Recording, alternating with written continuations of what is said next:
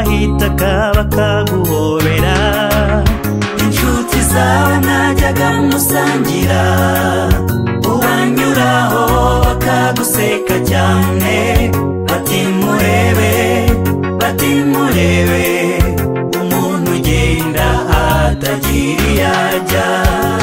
agahinda kakagushengura, kuko nta n'ugucira karurutega, ugasigara ubasa Imana yawe, atese ubundi Mana yanjye unkora iki?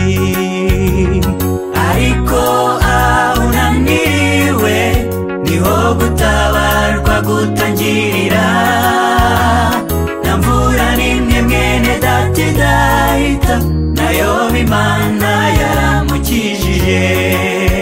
Dore Imana imanuwe no gutabara, guhoza ishavu n'amarira, ubu ngubu ubabaye cyane, ariko ejo hazaza hazaba heza.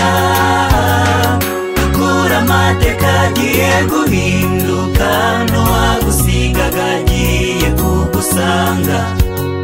Shinjagira nisheje usange Yesu, reka mubwire ntakinanira Imana.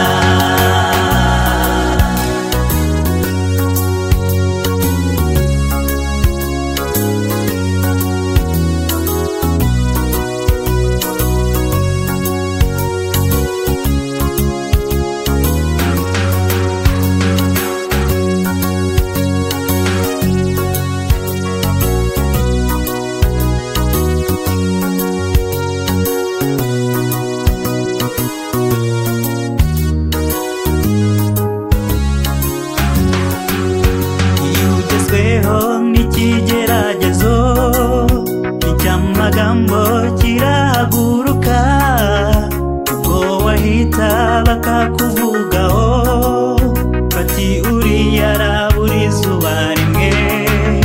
Inshuti zawe zikagutererana, mu banyasano ukamera nk'utazwi, ukababara ugashavura, utakibona uwo kuguhoza.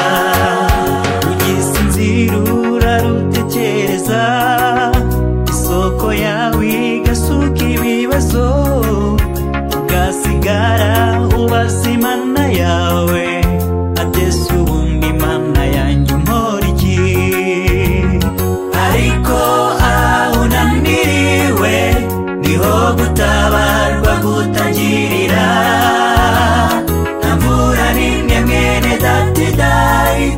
nayo Imana yaramukijije.